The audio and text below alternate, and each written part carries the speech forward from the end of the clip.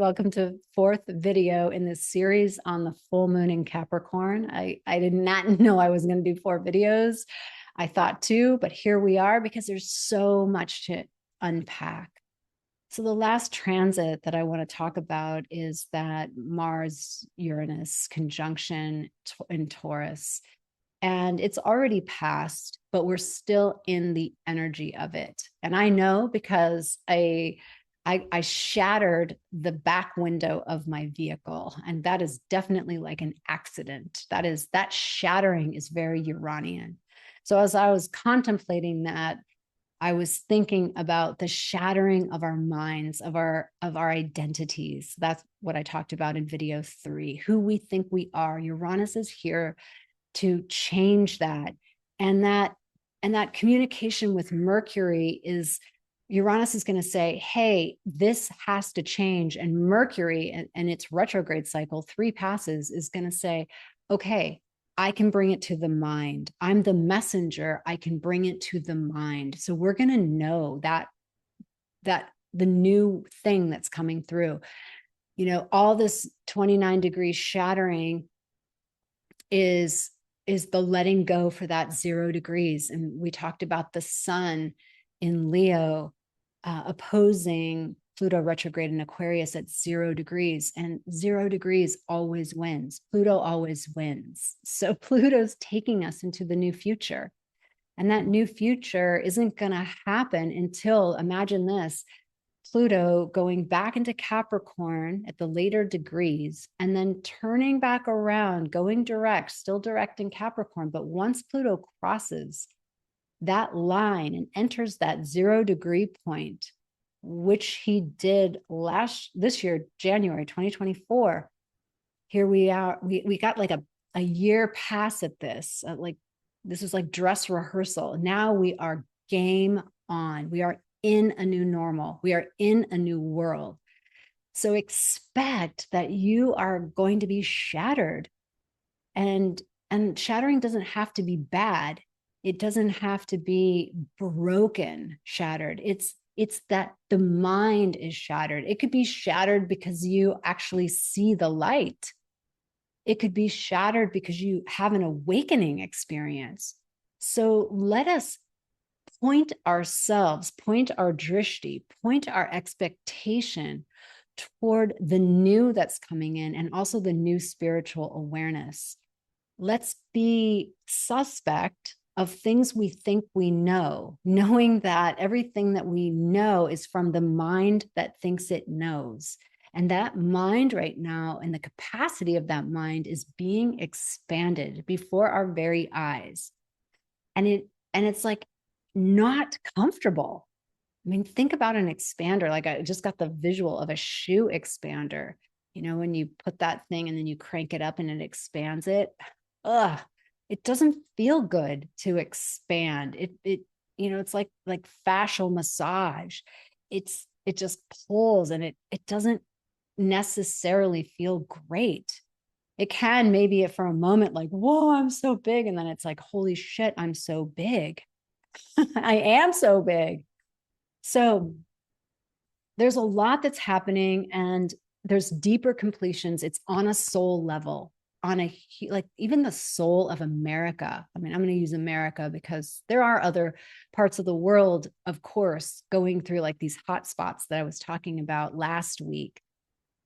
But I can only really speak for what's happening in the zeitgeist, in the collective consciousness in America, and the soul of America is at stake right now. The fight for who we're being and the worldview that we're going to have. Because right now there is a worldview that wants just me and my people to be taken care of, and everybody else can get out or serve us, whatever. And then there's a higher octave, a higher worldview, and every worldview is included and transcended. So you can't skip worldviews. We were once at that worldview. Now we're not.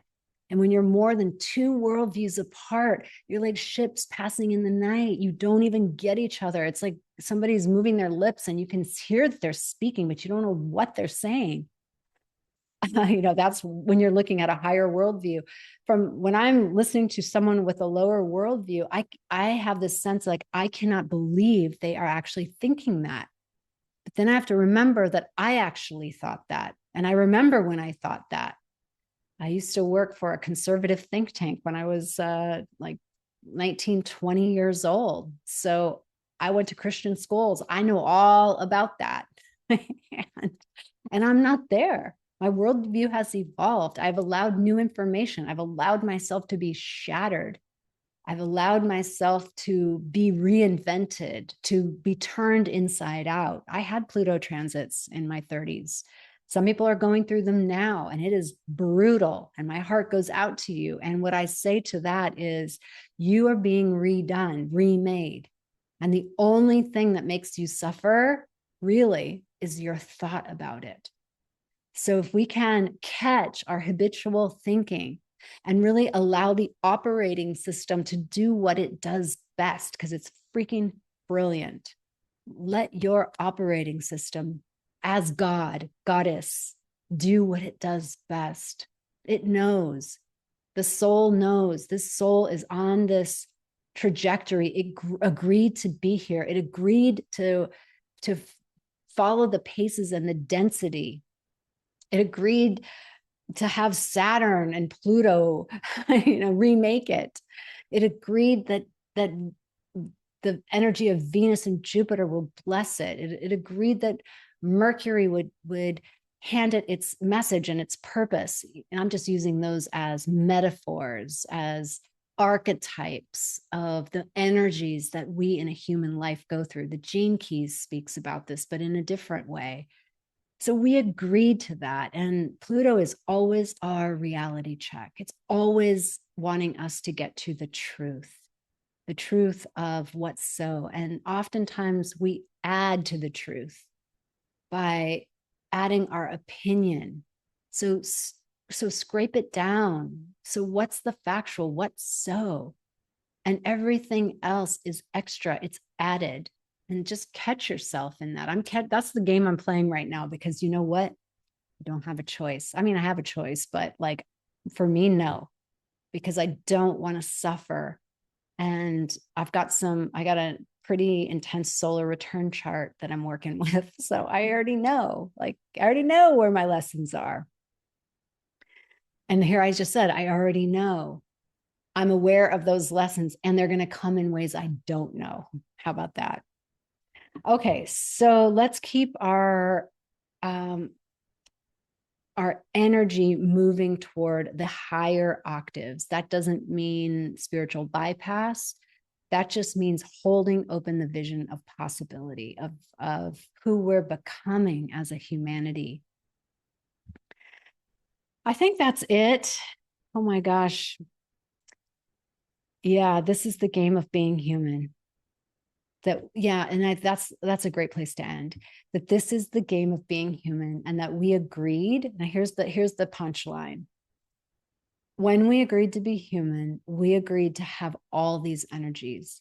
There's nobody who came in with a perfectly pristine birth chart, because there would be no point, right? There'd be no point. I once worked with an astrologer who took the 5 areas of life and classified them between numbers 1 and 10. And, being an egoic human, we're like, I want the 10s. I want all the 10s. And he's like, no, you actually don't want the 10s. The 10s have no tensegrity. They have no friction. Friction leads to intimacy. They have none of that. They're just like the angelic bliss realm. There's nothing to do. There's nowhere to go. You don't even have to be here for that, right? That's not why we're here. We're here to grow our souls and to know who we are, and to fight for our vibration, and fight to know who we are, not fight each other. Fight to know who we are. Fight the demons of obfuscation that darken, that cloud our minds. So I'm going to end with that. We're in new territory, and this energy is designed to move us forward. So let's gather all 4 videos, gathering all the positive energy that we have generated here and dedicating it to the merits. May all beings benefit from the merits of our efforts. Namaste.